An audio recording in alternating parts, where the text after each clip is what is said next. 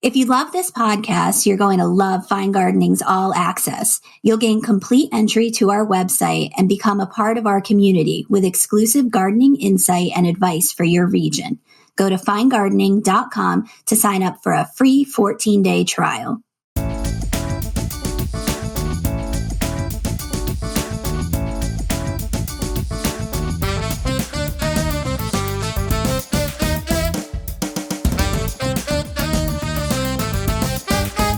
Hello, and welcome to another episode of Let's Argue About Plants, the podcast for people who just love plants.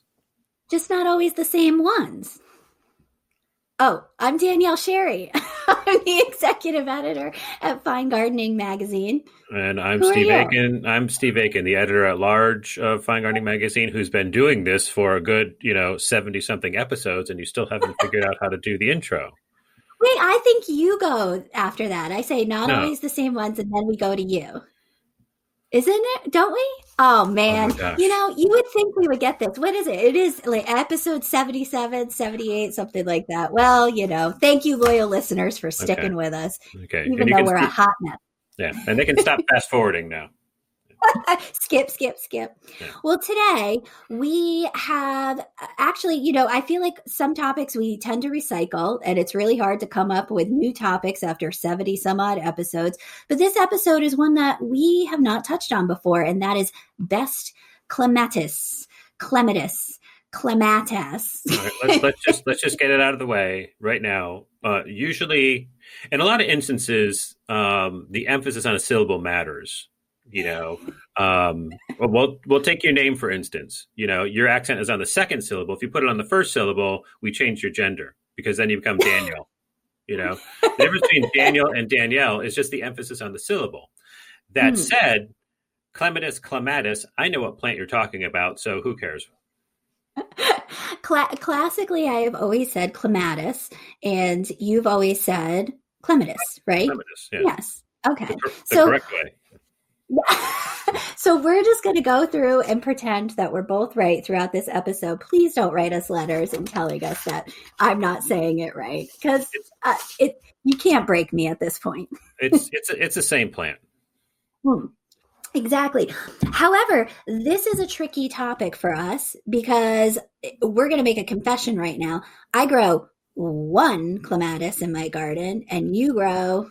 Well, I have grown several. Currently, zero survive. But I have succeeded with some, but they have not followed me around as I've gone around. Do you remember Do you remember the great one we had at the old Fine Gardening test garden? I do. And when we were coming up with our plants for this, I was racking my brain to try and figure out what variety that was. It was Clematis tibetana. It's like from Tibet, Tibetana. And I went back and we had one person who was our intern / web person at the time, took some photos of it, and they're not in focus. But it was a great one. It was a great one. It had these teeny tiny little leaves. It was so dainty in all aspects. It was really, really a beautiful plant because I wouldn't have guessed that it was a clematis from afar. It was that, it was that miniaturized, but, that's a bummer. Well, so that's not on our list. I too have grown and failed and grown and succeeded, but not transplanted to new. My 9-year-old new garden. But it's a plant that I felt I need to know a little better. I need to see it growing in other, a variety growing in other locations and other people having success with it. Because a lot of times I feel like a lot of the group 3 big flowered clematis, they're tricky. They are tough plants. They need shaded roots, but full sun.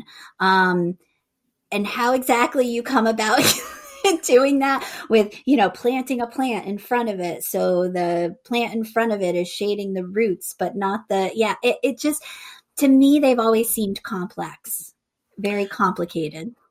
Yeah, I think like most plants, once established, they're not that much of a fuss. But the thing about clematis for me is I've never seen one and gone, ew. No, no. They always they're coming. Some of the newer hybrids are are sort of pushing the boundary on the garish, border. Yeah. But It's a red but star with yellow stripes and a purple center. yeah. But even still, like something, you can use that in a way that's not gaudy. But 99.9% of clematis are amazing. They are absolutely stunning. And if you can succeed with them, then great. I mean, one of the first articles I ever edited for Fine Gardening was on clematis, and I went down to, it was in Southern California. Hot, dry, not known for shaded roots. Yeah. And that's actually where the Clematis Society of America was located. Was down near. It was in the Los Angeles area. Oh, interesting. Yeah. Well, and that's funny. One of the first articles I ever did at Fine Gardening was a clematis article with Richard Hockey in Chicago, Illinois. So right there, I mean, you're talking about a huge zonal range for these. I mean, when I was looking it up, it was anywhere between zones 3 to 4 all the way into 9, and sometimes there was the occasional one I found that was 10. Yeah, I was getting in 10 or 11, and I think that's kind of a Western 10 or 11, not like a Southeastern 10 or 11. Because when I was doing that article a long time ago in Southern California, the author was talking about how she's seen them growing in outside of Las Vegas on the tarmac, sitting in pots and doing just fine. Wow. I think they're tougher, like once you get them established. And bonus, if anybody wants to make sure they stay tuned, I think Peter has some advice for us on planting them for better success in the British portion of our podcast. Because even transplanting advice, it sounds better with a British accent, right? Oh yeah. Well, yeah. All right. So let's go into, we've already set up the caveat that these might not necessarily be ones that we have personally grown ourselves or currently have in our gardens, but are ones that we are confident in and really want in our gardens. I know I have at least 2 on my shopping list for 2021. So how about you? Well, in doing this, I realized that I don't have any shrub that couldn't be made better by having a clematis growing through it. Yeah. Like so if anybody has a shrub that kind of blooms in spring and then just kind of sits there for the rest of the year, Forsythia, Deutzia, all the spring bloomers that are just kind of boring after they're done blooming.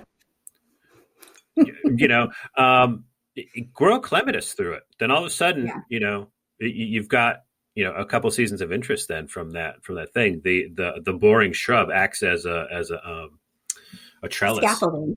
For the vine. So the first one I want to talk about, the clematis that I love the most, or I fell in love with, was Clematis tangutica, which because it had yellow flowers on it, these yellow flowers on it, and there's actually a better version of that, and that's Clematis Bill Mackenzie, which is, I don't think it's technically in the tangutica species. It gets murky, people, but it's in the tangutica group. And it looks like Clematis tangutica, but the flowers open a little wider is supposedly the only difference. And this is the one that is recommended all the time. Hardy to zones 4, maybe to 11, probably 9, gets up to 20 feet tall. And so, but the flowers on it are they look like hanging yellow lanterns, and they're like the real yellow. They're like it's not a canary yellow, it's not a butter yellow, it's not a gold. It's like the yellow they show you in kindergarten when they're trying to teach you what yellow is. It's that yellow, it's the yellow of Charlie Brown's shirt. That's see, there you go. Right. Now you understand what I'm talking about. And they look like little lanterns, hanging down, and they're refreshing looking. And as they get a little older, the flowers open up, so they look like parachutes, kind of dropping down. And it's just a wonderful effect. And every time I see it, it makes my heart palpitate a little bit. And then after the flowers fade, you get those cool puffy seed heads. Which gives the plant the name old man's beard. So it's these fuzzy, sort of, they're just fuzzy seed heads that are just absolutely amazing. It blooms midsummer all the way into fall. So it's a long time bloomer. And this is just, that's the one that I need to have. I completely agree with you. When you had sent in your list first, and Bill Mackenzie. Let's just stop there. Stop the show. Shocker of shockers. I agree completely. When you sent in your list first and Bill Mackenzie was on your list, I thought, darn it, I wanted that one. It's a great plant. There's something, I don't know, yellow in the shade always really is like, oh, that's rare. I feel like a yellow flowering vine also elicits that response from me of, ooh, that's rare to see a yellow flowering vine. I don't know why I feel that way, because I'm sure that there are a lot of yellow flowering vines. Yeah. One of the reasons I want is because the siding on my house is like a beige, like a light brown, whatever color, and it would just totally pop against that. And when I bought the Clematis tibetana, which looks exactly like Bill Mackenzie but with much smaller flowers, I was looking for Bill Mackenzie. They didn't have it, so I got that one because it looked almost the same, but the flowers are much, much smaller. Bill Mackenzie's flowers are about 2 inches, wide, so they're decent size. Yeah, and so like I said, they have the yellow flowers, and the inside has these dark stamens that I was going to say they were black, but in my reading, someone said that they are either brown or dark red or something like that. So if you want to investigate them with a magnifying glass, and a color wheel, you might. They're very dark. No, yeah, that's a good one. That is definitely a winner. It's something that actually it's a plant that's being featured in an upcoming Fine Gardening magazine article. In a regional page about plants to build a bed around. There was a designer in the Northeast who said, this plant is that worthy of building a bed around it. Give it something to climb on. And this is a focal point plant, which often you don't hear of vines being considered focal point plants. But I feel like Bill Mackenzie is worthy of that. Well, a big flowered clematis would be, because they have that giant star-shaped, sometimes these searing purple, or white blooms. Yeah, I guess it's just not my cup of tea. So, which you can tell from my first choice, which is Princess Diana Clematis. It is zones 4 to 8, maybe 9. I feel like that's a legitimate zonal range on this girl. 6 to 8 feet tall, and this is 3 feet wide. The coolest part about this Clematis, I saw it first when I did that article with Richard Hockey on big flowered clematis. And I went into that article thinking everything that was going to be in this article was going to be those huge star-shaped 6 inches across flowers. And then I get out into the test garden where I did the photo shoot, and here's this stunning clematis from afar that looks like it was pink tubes of lipstick that just kind of the plant just pushed forward out of its green leaves, almost tulip-like shape to the flowers. Yeah, they look like tulips. Yeah, and some of them nod down and some of them nod up. And all that really happens as far as the opening is concerned is the very, very end of, are those the tepals, the petals? I don't know. But they kind of recurve back. So you don't get this huge star-shaped flower. But it's this bright pink, this magenta meets Barbie pink. And you know how I feel about pink. So it was really shocking that I immediately made a beeline for that. Turns out I didn't know which clematis Richard Hockey was going to say floated to the top when I went out for the photo shoot. That was a big no-no. So I photographed every clematis up to the yin and the yang, but it turned out I took the most photos of Princess Diana because I was enamored with it, and it was one of his top favorite picks. So can I get to the problems or the questions I have already? No. It starts blooming in early summer and then it goes all the way into early fall. So it has a really long bloom time too for a clematis. It has those spun silvery seed heads that kind of look like silver threads afterwards and give you a little bit of interest afterwards on the plant. And it's a cross between Clematis texanensis and Clematis bees jubilee. So I don't know what that means, but I know that the hardiness of this particular of Princess Diana comes from the latter. So, all right, go ahead. What? Well, here I am scrambling for photos for this thing, and apparently you're sitting on a treasure trove of clematis photos that you're not even going to use, and you didn't offer any to me. Wait, I feel like I said that. I do feel like I mentioned that. No? All right, apologies. The bigger question is that the Prince of Wales is quite the avid gardener, much to his credit, very organic gardener. I wonder if he grows this wonderful plant. Okay, so this is really interesting, right? So I went back to the article. And I see all my photos from the photo shoot. And next to Princess Diana, this beautiful spray was planted by Richard Hockey, a really beautiful light lavender nodding head clematis. And it turns out that was Prince Charles clematis. Oh. So he paired them together. And this is a quote from Richard Hockey. It says, "Princess Diana is my favorite, and it pairs surprisingly well with the gently nodding lavender blue flowers of Prince Charles." Interesting. Yeah. Well, not it's surprising that they get along, but they're perfectly named. It's like she's like the showier one, and then he's just like this nodding thing that's next to her. Right. That seems kind of appropriate. So now we turn and we decide to make this podcast all about our thoughts on The Crown's latest season on Netflix. Thoughts? Plus, minus? Well, it's hard to know what's true and what's not true. But, I think what we can all agree on is Princess Diana got a rotten deal. She got a rotten deal. She was treated terribly. Whatever fault there was for her, which might have been minor because she was just a kid. She was treated really young.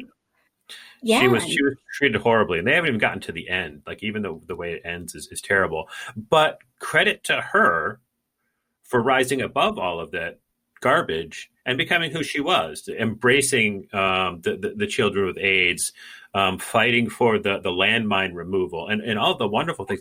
That's why people loved her, because she was a human being. And used her status to actually try to make the world better, as opposed to just sitting there in your palace. Yes. The only fault I have with this season is, I love Olivia Colman. This is hard to like her this season as the queen, as Her Royal Highness. But that's her gift as an actress. Now, just to tie this back to gardening, Prince Charles is an avid gardener, and he's a staunch advocate for organic gardening. Yes, much to his credit. And they have played that well in the series. Like, we talked about building his place. He's like, we're going to have the garden. We're going to do it right. And then I don't know if you noticed, to attract native insects and pollinators. I'm like, wow. If you notice, when he goes down to the Caribbean island of Princess Margaret, to talk about, the status of his relationship, like, he kind of ignores her. It's like, oh my God, look at these heliconias over here. Like, they're growing like a real gardener would. Like, forget about the people. Look at this plant over here. Isn't this amazing? Exactly. Exactly. And it's even if he hadn't called attention to it, all of us gardeners, at least I do this, I always look at the plants in the background. Me too. Me too. Like, oh, look at that. It's like, you can tell, like, oh, they're supposed to be in Boston, but there's a palm tree, growing back. There's agapanthus. I'm like, they're in Southern California. That's not Boston. That is not growing there. I thought this was supposed to be winter. Why is that plant growing there? I know. Or they go to cut down the Christmas tree in the Hallmark Christmas movies, and it's actually a Norfolk Island pine. I'm like, that is not in Connecticut. That is not Christmas in Connecticut. All right. So just to round this out, Princess Diana Clematis, named after a very, very, very lovely person and is a very, very lovely plant. Okay, the next clematis that always gets my attention is Clematis Betty Corning, which sounds like it's a very domestic name. It's a cross between Betty Crocker and Corningware. So it's a very domestic. It feels very approachable. Zones. I'm not exactly sure what it is. To me, a plate is a plate. It's a thing that holds your food. It's very tough, and right now it's known that you can drop it on a floor and it doesn't break, and it's very retro right now. So anyway, go ahead. I'm sorry.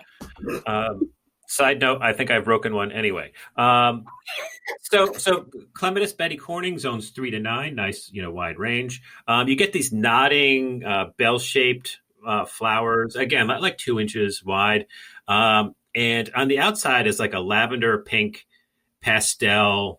With like a crepe paper kind of crinkle to it. And the petals curve out like clematis flowers do to kind of reveal the inside, which is a pink mauve thing with like a lighter band down the middle. And it sounds like there's a lot going on, but all the colors are really muted. So it's really kind of soft. It's not overwhelming. And it's just one of those lovely smaller flowered ones I like the smaller flowered clematis. I always see it next to a bench because it only gets to be about 6 feet, maybe 6.5 feet tall. So it's a shorter one. And again, it needs to be up close. Maybe that's why it's always next to a bench. It was discovered in the United States. It's not a native because it's supposedly a cross between Clematis crispa and Clematis vitticella, which if you want to get into clematis, you have to know the species because they impart a lot of the personalities of the hybrid. So like the Texensis toughness to Lady Diana. So with this one, vitticella is known as a very tough species of clematis. So that means, anything that has vitticella blood in it is a tougher clematis. And then supposedly Clematis crispa gives it some sort of scent or aroma. I don't, for me, if it doesn't smell as strong as a Yankee Candle, then I'm not picking it up. So, but that's Clematis Betty Corning. She's going to bloom midsummer around, so probably not as early as Lady Diana, but maybe around the same time or a little before Bill Mackenzie. Mm-hmm. Nice. It really is. That is a very hard blossom color. Even though I know your color challenge, it's a very hard blossom color to define. And I feel like it also changes with the light of the day. Is it pink? Is it blue? It also changes with how much sun it's in. I've seen it tend to bleach out more, so it's more on the pink side. But I think I'm going to give you kudos. I think you did a pretty good job describing that really hard to describe color. I just mentioned all the colors, and so something was bound to be right. Exactly. Well, I'm gonna piggyback on that and I just decided because you mentioned one that was kind of in the lavender, blue, pink range, and I'm gonna do the same thing, which is Blue Angel Clematis. And this is Clematis Blechtini Eniole, which in German it means Blue Polish. Angel. Polish. There's been a ton of breeding of clematis in Poland. Okay. Yeah. So we're going to stick with Blue Angel because, Blechtini Eniole does not sound very good, which is probably why they stuck to Blue Angel. This was zones 4 to 9. So this one has a pretty wide range as well. And it's the most floriferous of any clematis I've ever seen. It is the lightest, palest sky blue with a little bit of lavender tinged in there. Put into more light, a little bit less of the partial shade, a little bit of sun. If it's in full sun, it tends to be bleached out a little bit and looks almost whitish pink. So it's another one of those, chameleons when it comes to describing the bloom color.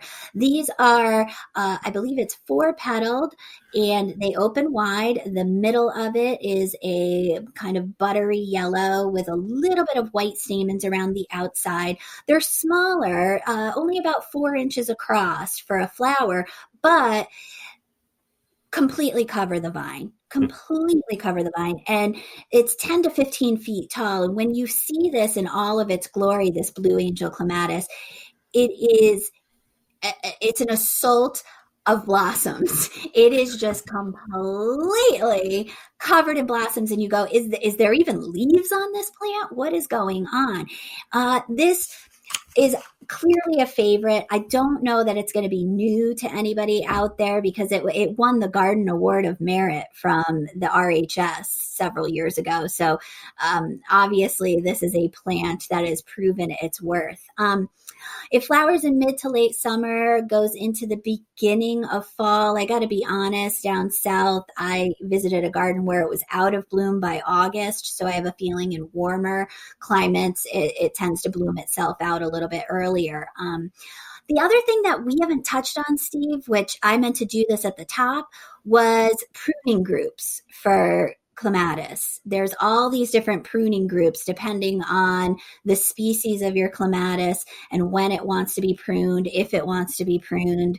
So this one is pruning group 3, which basically means that it flowers on new growth and you prune it back in late winter back to about a foot. So you kind of give it a pretty good chop. You don't take it to the ground, but making sure that you do that in late winter, early spring. And that just refreshes it.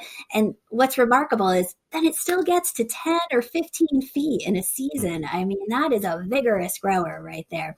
And I'll go back and mention that Princess Diana is also pruning group 3 for clematis. Yeah, see, I didn't mention any of the pruning groups in mine because it's just a can of worms that I did not want to have to explain for all of these things. I mean, time is limited. We have to cover the crown. There has to be room in the show for that. We can't get into something as trivial as pruning. Priorities, man, priorities. But hey, go on the Fine Gardening website. We have at least one, if not 2 or 3 articles about pruning clematis. So, yeah, you're all over that. But when you see a funky name like that, it's probably Polish. I don't know if it was one guy in Poland or a bunch of guys, but there was a lot of breeding of clematis in Poland. And so that's where you get a lot of those. There's a well-known one called Polish Spirit, and then a lot of other ones just have like Raguchi, right? It's from Japan. Oh, okay. All right. See, I'm striking out. That's the one clematis from Japan. So the next clematis I want to talk about, Danielle, is actually a native species to the United States. There are several species of clematis native to the United States, if you would like to search them out. Clematis pitcheri is native to the southeastern United States. And again, it's a small flowered one. These are like 1 to 1.5 inch little bells of purple, like real purple, royal purple, like Purple Rain, Prince purple. You know what I'm talking about? Like that purple. You know exactly what I'm talking about. And the ends kind of curve back, and they show like a little white from the inside. And again, and I'm glad you mentioned this with the last one. Born in profusion, so you don't have to worry about these little teeny tiny little things like you're gonna have to get a magnifying glass to see it. But they're born in profusion all over this 12-foot high vine, as of the other ones that I've mentioned, just covered in flowers. But again, best viewed up close. So don't put it far away. Put it next to a path or next to a seating area or something like that, where you can see these cool little purple bells all over the place. Clematis pitcheri, again, a native clematis. And I'm sorry, I spaced out for a second, but is that one of the clumping? I have that effect on people. I'm sorry. Is that one of the clumping native clematis, or is that still a viner? It's still a viner. It gets to be about 12 feet high. Okay. Because I when I was, going down the pathway of, the huge genus that is clematis, I was enamored by a lot of the clumping clematis, the, herbaceous perennials that get 2 to 4 feet tall and wide. But I just wanted to, and they all tend to have those bell-like smaller flowers that you were kind of describing. Yeah. Well, these are even smaller than those. Oh, really? Okay. Yeah, they're kind of like an inch to inch and a half. It's tiny. Or that one. Dinky, as someone on our staff would say. We were at a meeting the other day and somebody threw out dinky and I declared it the word of the day. That is a good word. Well, that sounds like a winner. And I do love purple rain. So, hey, sign me up. Um, I'll segue then into a bush clematis. That's actually its common name, bush clematis, virgin clematis, it's sometimes called, and that's clematis recta, and it is zones 3 to 9. I saw this in a garden, I think in Tennessee the first time, and didn't believe it was a clematis. It was a 2 to 3 feet tall shrub. Uh, from afar, I thought it was Bowman's root, Galenia, and I got it because it had that similar look. It had these, kind of lance-like green leaves, tall, erect stems, covered in all of these tiny white star flowers. And as I got closer, I could see, oh no, this is far more floriferous than Bowman's root is. And it turns out this is the plant that it was. So this is a shrubbing clematis. And I feel like for me, it might be easier at this point with an established garden to incorporate more of the bush clematis. And this is one of the ones, along with Princess Di, that is on my list that I'm going to get for 2021. Late spring blooms, the blossoms end up looking almost as if they're sprays of baby's breath, and they're incredibly fragrant. Really, really almost a baby powder. Some people say root beer. I thought it smelled like baby powder fragrance to them, which was really, really nice. And then why are you laughing? I'm imagining a root beer scented baby powder. Yeah.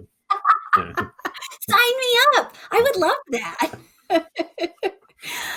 So the blossoms eventually that start in late spring, they kind of go into early summer, and eventually all of those blossoms do spin out into these silver threaded seed heads, and it completely covers the plant. Despite bush clematis being obviously a clumping herbaceous perennial, it's still pruning group 3. So you're going to take that guy back down to about a foot each year, and it regenerates itself. But just a really cool plant, and one of those plants that I just thought, why am I not growing this thing? Yeah, we had to mention bush clematis in here. Like, the list wouldn't be complete without one of those. And we can start the edit here because I'm going to tell you my story about bush clematis, and it's going to be too long. So I gave a little pause there for you to say. So I planted one of these. It was a freebie, and I planted one right at my front garden. I can see right where it was and I planted it, and it just went kerflop, just died. I'm like, oh, well, that's gone. And I took another plant. It's actually a dwarf deutzia, like a shrub, and stuck it in the same spot that it was. And that one kind of, did so too.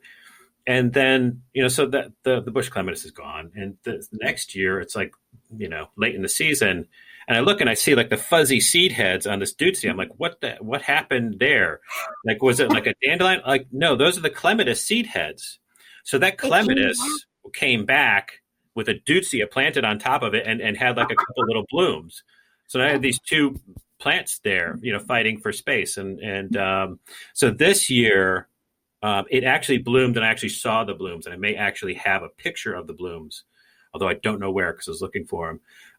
But I thought this plant was long gone, and I think I even threw away the plant tag, so I don't know what it is. But it's growing with a shrub planted on top of it, and I don't know what to do because I could lose them both, So of course I ignore it. Yeah, I say you just let nature take its course and see who wins out of that. Yeah. Either that or take the deutzia out, because if I got to keep one of over the other, I would probably keep the clematis instead. Yeah. So too long didn't read. You can end the edit here. I grew a bush clematis, and it's tougher than I thought. All right, Steve. Final plant. Final clematis here. Well, Make it a just good this is one that I've seen in pictures and really want to grow, and I wanted to include it just to give a sense of the wide range of flower shapes that are available with clematis.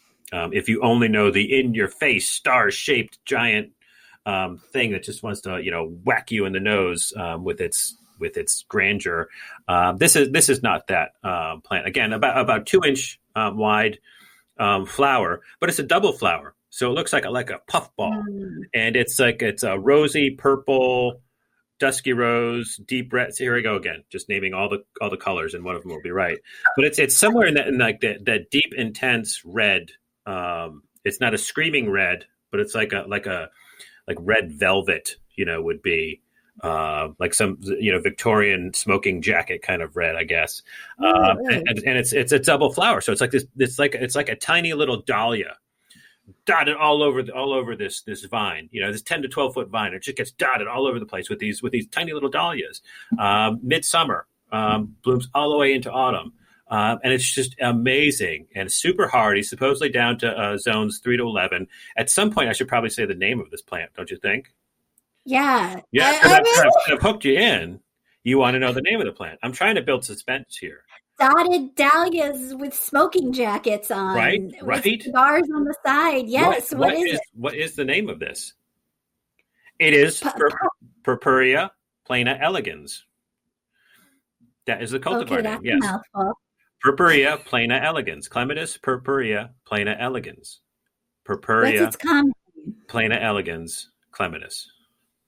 That's the cultivar name. That's the cultivar name is Purpurea plana elegans.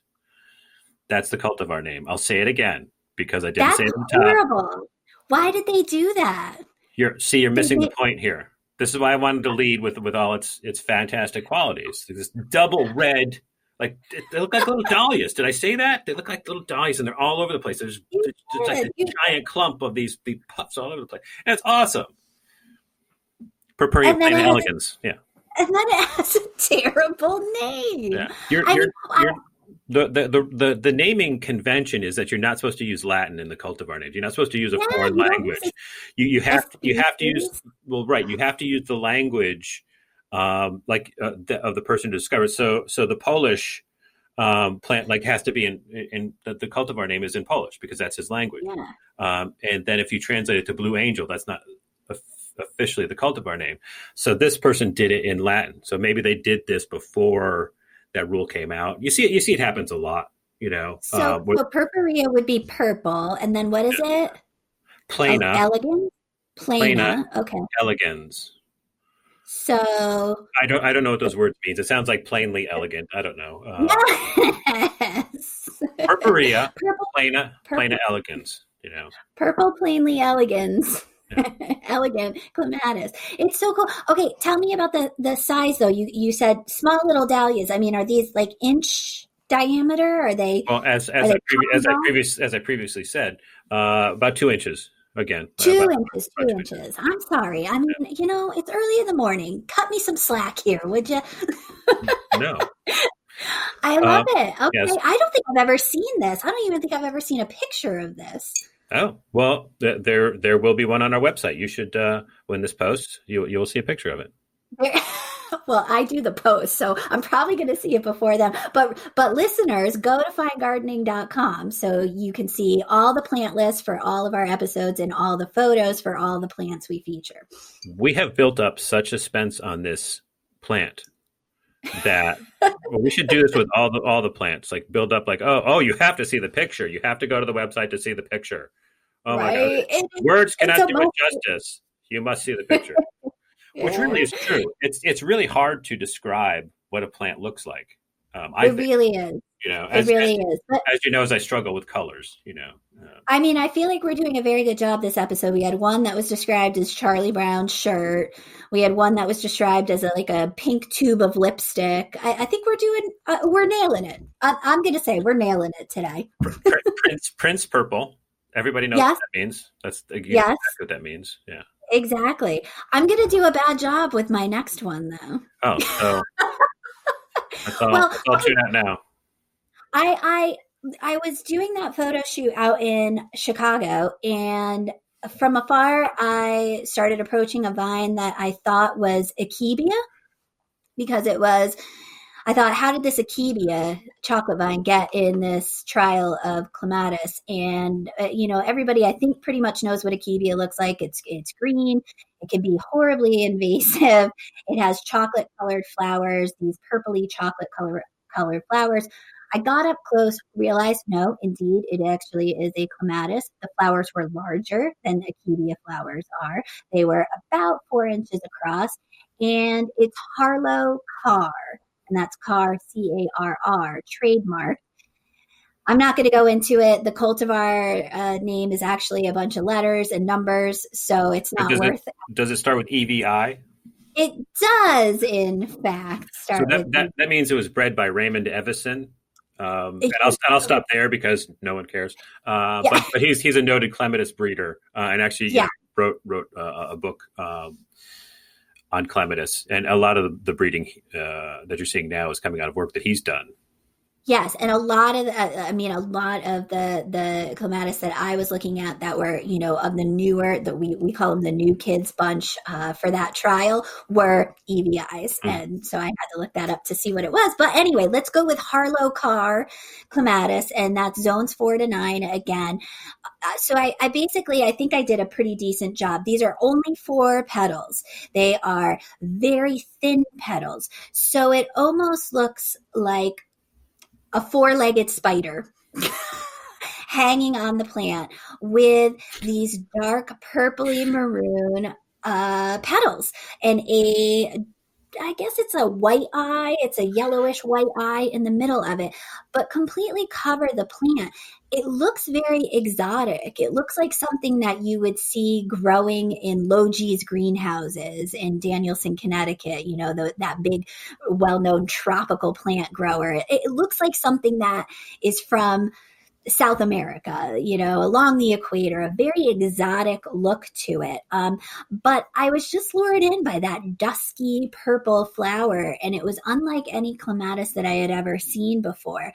8 to 10 feet tall, and about 4 to 6 feet wide. So this is a pretty beefy vine. I feel like you have to go to our website again to see the actual color that it is in person, because when I went online and I just started, Googling information about it, they show it as being more amethyst purple in a lot of, I'm going to say it, over-color corrected plant catalog images. It is not that color at all. You have to at least try to describe it. So that's what I do. You try. So if you were going to describe the color of this, you would describe it as? I would describe it as a dark, dusty, eggplanty, chocolate purple color. I definitely would. Okay. But it really bumps me out a lot of times. And I feel like we find this a lot, that you see plants in person, you see what they actually look like, and then you go online to search and you go, that's not the color. That thing is not that, that vibrant chartreuse. And but what's even more frustrating is you see that plant, you see what color it is, you take a picture of it, and then you look at your picture and the color is not the same. Right. What happened? It's not purple, it's blue. Anyway. So this could be, I accused all these plant breeders of manipulating the photo. This could be what happened, taken in full sunlight. These things look, more of a bluey purple, a traditional purple, but this is definitely an eggplant, dusty purple flower. Harlow Carr, not an in-your-face showy, but definitely an interesting focal point that you would run up to and go, what is that? Just to wrap things up here, I'm just thinking about, I have to grow more shrubs to have more clematis grow through them. These all sound like winners. An excuse to buy even more plants. And now, because everything sounds better with a British accent, here's Peter with his take on planting a clematis. Ah, clematis, the queen of the vines. But many of us might well want to call it the king of plants that just up and die for no apparent reason. It's a common occurrence for your clematis to be doing fine on Monday, have brown leaves on Tuesday, and disappear on Wednesday. A disease called Clematis wilt is often accused of the crime, but the suspect list is much longer. When asked how to avoid this problem, many clematis experts promote the practice of deep planting. This is planting the crown of the plant 3 to 5 inches below the surface. The buds that are below ground will help the plant regrow should something befall the top growth. Of course, the plant should be well established. If you're going to be like Steve and just throw the plant in the ground, walk away, and wonder why it died, then, like Steve, in so many respects, your problems are beyond my help. So if Peter can't help me with my problems, is there someone who can? You know what? I believe there is, and that might be our expert coming up on expert testimony. Let's see who we've got. Hi, my name is Dan Long. I'm the owner of Brushwood Nursery and also a vice president of the International Clematis Society. Thanks, Danielle and Steve, for having me on to talk, but I have to say it's a little unfair asking me to only pick 3 or 4. There are hundreds of species and literally thousands of hybrids. I'll stick to a few that I really like a lot and that are generally available. The first is a spring bloomer, Clematis montana Maylene. It's vigorous and easy to grow and has a wonderful vanilla fragrance, hardy from zones 6 through 9, and tolerant of a wide range of soils. I've seen it flowering nicely in some shadier conditions too. Unfortunately, it doesn't like long hot summers, so it's not suited to the deep south. Some of the Montana species selections get up to 40 feet, but Maylene tends to stay a little smaller and can be kept even shorter with regular pruning. It's best to prune it after flowering since it sets buds on old growth. Another really nice attribute of Maylene is its bronze new foliage. It can be grown well on a large arbor or a medium-sized tree. Next is Clematis arabella. It was bred by Barry Fretwell in England, but has proven to be an excellent hybrid all over the U.S. It's hardy from zones 4 through 11 and reliably blooms over a long period of summer.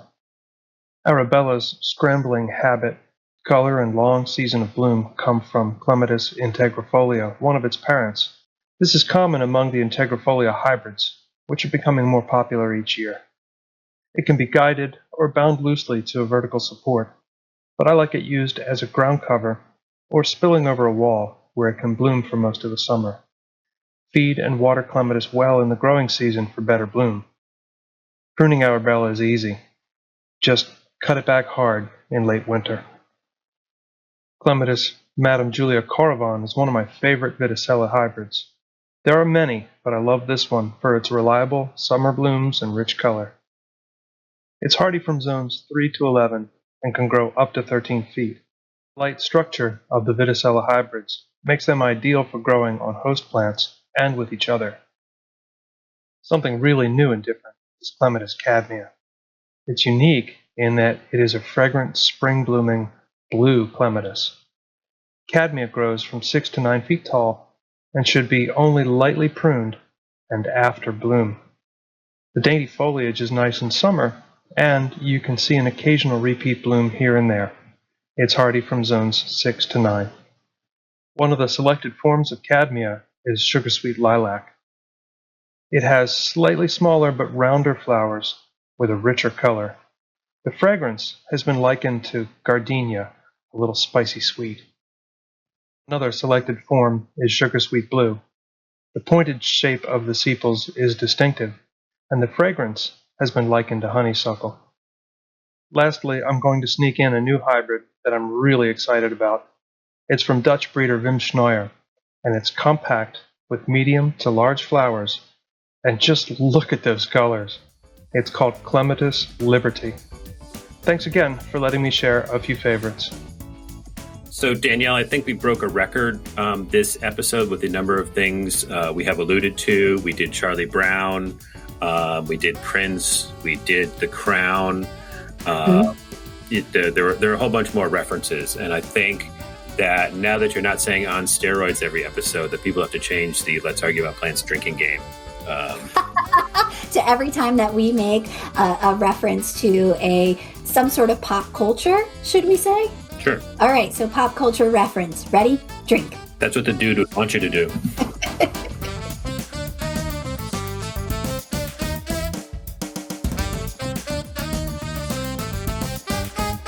Hello, listeners. Steve here. Do you know what I love more than a plant that will actually survive my neglect? It's a discount. And I'm not talking about any 5 or 10% markdown. I need at least 20% to turn my head. That's why I'm thrilled to tell you that you, our listeners, can get 30% discount on anything and everything at the Taunton Press store. And that includes the new Best of Fine Gardening archive. Yes, go to TAUNTONSTORE.com, enter the promo code podcast, and get 30% off now.